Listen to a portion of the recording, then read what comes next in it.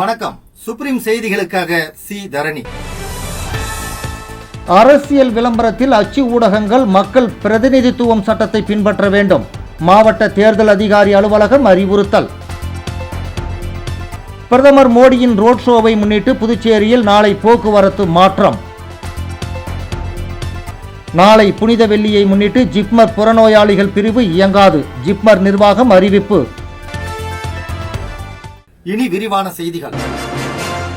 சட்டப்பேரவை தேர்தலையொட்டி அரசியல் விளம்பரங்களின் வெளியீட்டை கட்டுப்படுத்துவதற்காக மக்கள் பிரதிநிதித்துவ சட்டம் 1951 பிரிவு 127 ஏ இன் கீழ் உத்தரவுகளை பின்பற்றுமாறு அச்சு ஊடகங்களுக்கு மாவட்ட தேர்தல் அதிகாரி அலுவலகம் அறிவுறுத்தியுள்ளது. இது தொடர்பாக புதுச்சேரி மாவட்ட தேர்தல் அதிகாரி அலுவலகம் வெளியிட்டுள்ள செய்திக்குறிப்பில், தேர்தல் காலங்களில் அரசியல் கட்சிகள் அல்லது வேட்பாளர்கள் அல்லது அவர்களது ஆதரவாளர்கள் வாக்காளர்களுக்கு விநியோகிப்பதற்காக அச்சு ஊடகங்கள் மூலம் அரசியல் விளம்பரங்கள், தேர்தல் பிரசுரங்கள், சுவரொட்டிகளை வெளியிடுகின்றனர். சில நேரங்களில் இவ்வாறு வெளியிடப்படும் பொருட்களின் அச்சிட்டவரின் மற்றும் வெளியீட்டாளரின் பெயர் மற்றும் அடையாளம் குறிப்பிடப்படாமல் இருக்கும். இத்தகைய அரசியல் விளம்பரங்களின் வெளியீட்டை கட்டுப்படுத்துவதற்காக மக்கள் பிரதிநிதித்துவ சட்டம் 1951 பிரிவு 127 ஏ இன் கீழ் உத்தரவுகளை பின்பற்றுமாறு அறிவுறுத்தப்படுகிறது. எந்த நபரும் துணை பிரிவு 1 அல்லது துணை பிரிவு 2 விதிகளை மீறினால் அவருக்கு 6 மாதங்கள் வரை நீளக்கூடிய சிறை தண்டனை அல்லது 2000 ரூபாய் வரை அபராதம் அல்லது இரண்டும் விதிக்கப்படும் என அந்த அறிக்கையில் தெரிவிக்கப்பட்டுள்ளது. பிரதமர் நரேந்திர மோடியின் ரோட் ஷோவை முன்னிட்டு புதுச்சேரியில் நாளை போக்குவரத்து மாற்றம் செய்யப்பட்டுள்ளது. இது தொடர்பாக புதுச்சேரி போக்குவரத்து சீனியர் எஸ்பி திவ்யா வெளியிட்டுள்ள செய்திக்குறிப்பில், பிரதமர் நரேந்திர மோடி 3ஆம் தேதி புதுச்சேரிக்கு வருகை தந்து ரோடு ஷோவில் பங்கேற்கிறார். பாஜக மூத்த தலைவர்கள், கட்சி நிர்வாகிகள், கூட்டணி கட்சியினர் புதுச்சேரி மற்றும் அருகிலுள்ள பகுதிகளிலிருந்து பொதுமக்கள் பேருந்துகள், இலகுரக வாகனங்கள், இருசக்கர வாகனங்கள் வாயிலாக பயணம் செய்து வந்து கலந்து கொள்ள உள்ளனர். இதனை முன்னிட்டு போக்குவரத்து நெரிசலை தவிர்க்கவும், பொதுமக்களின் பாதுகாப்பு மற்றும் வசதியை உறுதி செய்யவும் புதுச்சேரி போக்குவரத்து காவல்துறை 3ஆம் தேதி போக்குவரத்து மாற்றங்கள் மற்றும் நிறுத்துமிட ஏற்பாடுகளை செய்துள்ளது. பிரதமர் பயணம் செய்யும் போது விவிஐபி செல்லும் வழித்தடத்தில் உள்ள சாலைகளில் எந்த ஒரு வாகன போக்குவரத்தும் அனுமதிக்கப்படாது. லாஸ்பேட் விமான நிலைய சாலை முதல் லதா ஸ்டீல் ஹவுஸ் சந்திப்பு வரை மற்றும் சிவாஜி சிலை சந்திப்பு முதல் ராஜீவ்காந்தி சதுக்கம் வரை எல்லா கனரக மற்றும் இலகுரக வாகனங்களுக்கும் தடை இருக்கும்.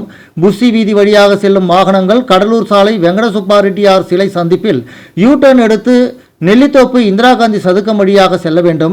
ராஜீவ்காந்தி சதுக்கம் நோக்கி செல்லும் கனரக வாகனங்கள் ஜிப்மர் சந்திப்பு வழியாக மேட்டுப்பாளையம் கனரக போக்குவரத்து முனையம் சாலைக்கு மாற்றப்படுகின்றனர். நிகழ்ச்சி நடைபெறும் பகுதிக்குள் எந்த கனரக வாகனங்களும் பேருந்துகளும் அனுமதிக்கப்படாது. விவிஐபி பாதை மற்றும் நிகழ்ச்சி நடக்கும் பகுதிகளில் வாகனங்களை நிறுத்துவது தடை செய்யப்படும். விதிமுறையை மீறினால் வாகனங்கள் கிரேன் மூலம் அகற்றப்படும் மற்றும் சட்ட நடவடிக்கை எடுக்கப்படும். பொதுமக்கள் மற்றும் கட்சியினரை ஏற்றிய பேருந்துகள் ஜிஆர்டி அருகில் இறக்கிவிட்டு வள்ளலார் சாலை 45 அடி சாலை சாரம் சந்திப்பு வழியாக தட்டாஞ்சாவடி வேளாண்மை மைதானத்தில் நிறுத்த வேண்டும். கடலூர் சாலை வெங்கடசுப்பா சிலை சந்திப்பு மறைமலை அடிகள் சாலை வழியாக வரும் பேருந்துகள் எஸ்சிடிசி பேருந்து நிலையம் கடலூர் சாலை நிறுத்த வேண்டும். மகாத்மா காந்தி சாலை உப்பளம் சோனாம்பாளையம் வழியாக வரும் பேருந்துகள் புதிய துறைமுக உப்பளம் நிறுத்தி மடத்திற்கு செல்ல வேண்டும். விவிஐபி பாதையில் எந்த பேருந்தும் நிறுத்தவோ அல்லது பார்க்கிங் செய்யவோ கூடாது. பயணிகளை இறக்கியவுடன் உடனே ஒதுக்கப்பட்ட நிறுத்துமிடத்திற்கு செல்ல வேண்டும். உப்பளம் புதிய துறைமுகத்தில் அனைத்து வாகனங்களும், தட்டாஞ்சாவடி வேளாண்மை மைதானத்தில் பேருந்து கார்களும், எஸ்இடிசி பேருந்து நிலையத்தில் பேருந்துகள், தாவரவிய பூங்காவில் கார்கள், இருசக்கர வாகனங்களும், அந்தோனியார் கோவில் மைதானத்தில் இருசக்கர வாகனங்களும், மகாத்மா காந்தி வீதி மற்றும் மிஷன் வீதி இடையிலான சாலைகளில் இருசக்கர வாகனங்களில் நிறுத்தி கொள்ள வேண்டும். அங்கீகரிக்கப்படாத இடங்களில் நிறுத்தப்படும் வாகனங்கள் அகற்றப்படும். ரோடு ஷோ நிகழ்ச்சிக்கு வருகை தரும் பொதுமக்கள் மற்றும் கட்சி பணியாளர்கள் தங்களின் இருசக்கர வாகனங்களை மகாத்மா காந்தி சாலை மற்றும் மிஷன் வீதிக்கு இடைப்பட்ட சாலைகளின் ஓரப்புறங்களில் மட்டும் நிறுத்தி அங்கிருந்து நடந்து ரோடு ஷோ நிகழ்ச்சி நடைபெறும் இடத்தை அடைய வேண்டும் என்று அதில் கூறப்பட்டுள்ளது. நாளை புனித வெள்ளி தினத்தையொட்டி ஜிப்மர் புறநோயாளிகள் பிரிவு இயங்காது என ஜிப்மர் மருத்துவமனை நிர்வாகம் அறிவித்துள்ளது. புதுச்சேரி ஜிப்மர் மருத்துவமனையில் புனித வெள்ளியை முன்னிட்டு நாளை புறநோயாளிகளின் பிரிவு இயங்காது என ஜிப்மர் மக்கள் தொடர்பு அதிகாரி தெரிவித்துள்ளார். இதுகுறித்து அவர் வெளியிட்டுள்ள செய்திக்குறிப்பில், மத்திய அரசு விடுமுறை தினமான நாளை புனித வெள்ளியை முன்னிட்டு ஜிப்மர் புறநோயாளிகள் பிரிவு இயங்காது. எனவே இந்த தேதியில் நோயாளிகள் வெளிப்புற சிகிச்சை பிரிவுக்கு வருவதை தவிர்க்குமாறு கேட்டுக்கொள்ளப்படுகிறார்கள்.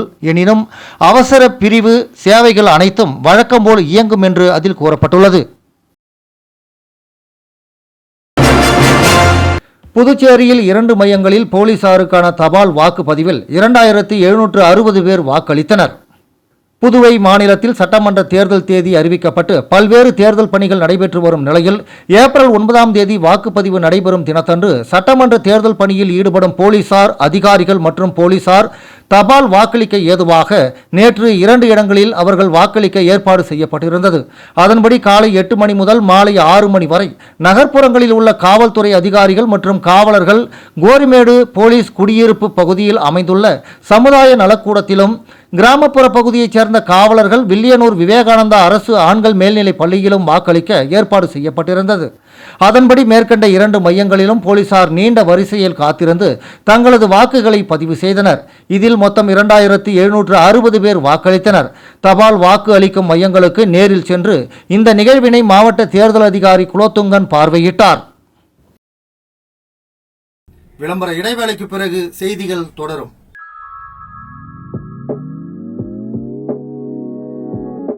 ஜோசாலுகாஸில் இயர் எண்ட் சேல் வந்தாச்சு. தங்க நகைகளுக்கான சேதார கட்டணத்தில் பிளாட் 50% தள்ளுபடி பெறுங்கள். இப்பவே ஷாப்பிங் செய்யுங்க.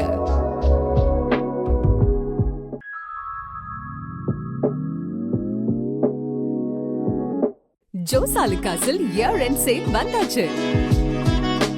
தங்க நகைகளுக்கான சேதார கட்டணத்தில் பிளாட் 50% தள்ளுபடி பெறுங்கள். இப்பவே ஷாப்பிங் செய்யுங்க. செய்திகள் தொடர்கின்றன. 23 தொகுதிகளுக்கான வாக்குப்பதிவு இயந்திரங்கள் பாதுகாப்பு அறைக்கு இடமாற்றம் செய்யப்பட்டுள்ளது. புதுச்சேரி சட்டசபை தேர்தல் வருகிற 9ஆம் தேதி நடக்கிறது. இந்த தேர்தலில் 30 தொகுதிகளிலும் மொத்தமாக 294 பேர் போட்டியிடுகின்றனர். புதுச்சேரி பகுதியில் உள்ள 23 தொகுதிகளில் பதிவாகும் வாக்குகள் லாஸ்பேட்டையில் உள்ள மகளிர் பொறியியல் கல்லூரி, மோதிலால் நேரு பாலிடெக்னிக் கல்லூரி, தாகூர் கலைக்கல்லூரி என 3 வாக்கு எண்ணும் மையங்களில் மே மாதம் 4ஆம் தேதி எண்ணப்பட்டு முடிவுகள் அறிவிக்கப்பட உள்ளது. தேர்தல் அமைதியாகவும் நேர்மையான முறையிலும் நடத்துவதற்கு தேவையான ஏற்பாடுகளை மாவட்ட தேர்தல் அதிகாரி அலுவலகம் மேற்கொண்டு வருகிறது. இந்த நிலையில் 23 தொகுதிகளுக்கான மின்னணு வாக்குப்பதிவு இயந்திரங்கள் மற்றும் வாக்காளர் ஓட்டளித்த வேட்பாளரின் சின்னத்துடன் கூடிய பதிவு சீட்டுகளை அச்சிடும் இயந்திரங்கள், வாக்குகள் பதிவு செய்ய தயார் செய்தல் பணிகள் இன்று நடக்கிறது. இதனிடையே ரெட்டியார்பாளையத்தில் அமைந்துள்ள மாநில தேர்தல் ஆணையர் அலுவலக வளாகத்தில் பாதுகாப்பு அறையிலிருந்து மின்னணு வாக்குப்பதிவு இயந்திரங்கள் நேற்று மாவட்ட தேர்தல் அதிகாரி குலோத்துங்கன் முன்னிலையில் லாஸ்பேட்டையில் உள்ள 3 வாக்கு எண்ணும் மையங்களில் உள்ள தற்காலிக பாதுகாப்பு அறைக்கு இடமாற்றம் செய்யப்பட்டது. தொடர்ந்து இந்த இயந்திரங்களில் வேட்பாளர் பெயர், சின்னம் பொருத்தும் பணி இன்று நடைபெறுகிறது. அதன் பிறகு தயார் செய்யப்பட்ட அனைத்து இயந்திரங்களும் முறையாக முத்திரையிடப்பட்டு 3 வாக்கு எண்ணும் மையங்களில் உள்ள பாதுகாப்பு அறையில் பாதுகாப்பாக வைக்கப்படுகிறது. லட்சிய ஜனநாயக கட்சி வேட்பாளர் ஜோஸ் சார்லஸ் மார்டின் சங்கர்தாஸ் நகர் ஜெயராஜ் தெருவில் வீடு வீடாக சென்று மக்களை சந்தித்து வாக்கு சேகரிப்பில் ஈடுபட்ட போது உள்ளூர் மக்கள் ஆர்வத்துடன் திரண்டு அவருக்கு ஆதரவு தெரிவித்தனர். லட்சிய ஜனநாயக கட்சி வேட்பாளர் ஜோஸ் சார்லஸ் மார்டின் சங்கர்தாஸ் நகர் ஜெயராஜ் தெருவில் வீடு வீடாக சென்று மக்களை சந்தித்து வாக்கு சேகரிப்பில் ஈடுபட்ட போது உள்ளூர் மக்கள் ஆர்வத்துடன் திரண்டு அவருக்கு ஆதரவு தெரிவித்தனர். அந்த நேரத்தில் அப்பகுதியைச் சேர்ந்த வெற்றிவேல் மற்றும் அவரது மனைவி உமா மகேஸ்வரி தம்பதியினர் பாரம்பரிய தமிழ் முறையில் பரிவட்டம் கட்டி வரவேற்றது சிறப்பு அம்சமாக அமைந்தது. பரிவட்டம் கட்டுவது என்பது தமிழர் பண்பாட்டில் வெற்றி, மரியாதை மற்றும் பெருமையை குறிக்கும் ஒரு அடையாளமாக கருதப்படுகிறது. அதனை அணிவித்து வரவேற்ற தம்பதியினர் நீங்கள் நிச்சயம் வெற்றி பெறுவீர்கள் என்ற நம்பிக்கையுடன் வாழ்த்துக்களை தெரிவித்தனர். இந்த நிகழ்வை தொடர்ந்து வேட்பாளர் மக்களுடன் நேரடியாக கலந்துரையாடி தொகுதியில் நிலவும் குடிநீர், சாலை வசதி, கழிவுநீர் வடிகால், தெருவிளக்கு உள்ளிட்ட அடிப்படை தேவைகள் குறித்து கேட்டறிந்தார். மேலும் தாம் தேர்ந்தெடுக்கப்பட்டால் இவ்வாறான பிரச்சனைகளை முன்னுரிமையுடன் தீர்ப்பதாக உறுதியளித்தார். அதோடு பெண்கள் மற்றும் முதியோர்களுடன் தனிப்பட்ட முறையில் பேசி அவர்களுடைய கோரிக்கைகளையும் கேட்டறிந்தார். இளைஞர்கள் வேலைவாய்ப்பு, விளையாட்டு வசதிகள் போன்ற தேவைகளை முன்வைத்தனர். நிகழ்வின் இறுதியில் அப்பகுதி மக்கள் அனைவரும் ஒன்றிணைந்து வேட்பாளருக்கு ஆதரவு அளிப்பதாக உறுதி அளித்தனர்.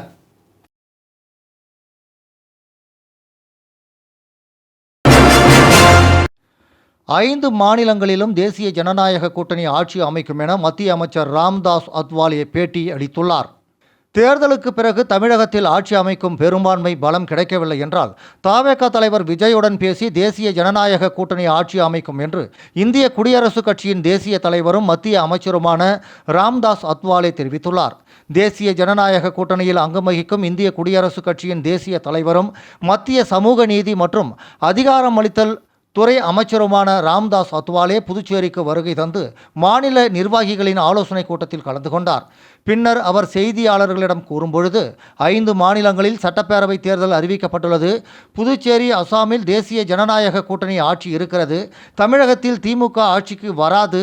அங்கு நடிகர் விஜயும் போட்டியிடுகிறார். பலம் கிடைக்காவிட்டால் நடிகர் விஜயுடன் பேசி தேசிய ஜனநாயக கூட்டணி ஆட்சி அமைக்கும். மேற்கு வங்கத்தில் மம்தா பானர்ஜியை வீழ்த்திவிட்டு பாஜக ஆட்சி அமைக்கும். கேரளத்தில் இப்போது ஆளும் மார்க்சிஸ்ட் ஆட்சி மீது மக்கள் நம்பிக்கை இழந்துவிட்டனர். அங்கும் பாஜக ஆட்சி அமைக்கும். இதனால் தேர்தலுக்கு பிறகு 5 மாநிலங்களிலும் தேசிய ஜனநாயக கூட்டணி ஆட்சி அமைக்கும். நாகாலாந்து, மணிப்பூரில் அங்கீகரிக்கப்பட்ட மாநில கட்சியாக எங்களை இந்திய தேர்தல் ஆணையம் அங்கீகாரம் அளித்துள்ளது. மேலும் தேசிய அங்கீகாரம் கிடைக்க கட்சியை வலிமைப்படுத்தி வருகிறோம். நாட்டின் வலிமையான பிரதமராக 3வது முறையாக நரேந்திர மோடி பதவியில் இருக்கிறார்.